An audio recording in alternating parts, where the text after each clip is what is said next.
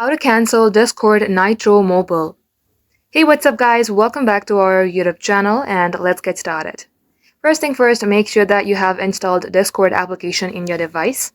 As you do so, open your Discord application and then get logged into your Discord account. Once done, you will see a use section on your bottom right hand side. You have to tap onto it. As you do so, you will see your profile. In here, you will also see a settings icon and a Nitro button. You can simply type on this Nitro. At this page, if you have already subscribed for Nitro, you will see the option of cancel the Nitro subscription. In case you don't see it here, let's go back onto our settings page. Click on the settings. Under payment settings, you will definitely see the option of cancel subscription or something called Nitro subscription. You have to open it and then cancel your subscription from there.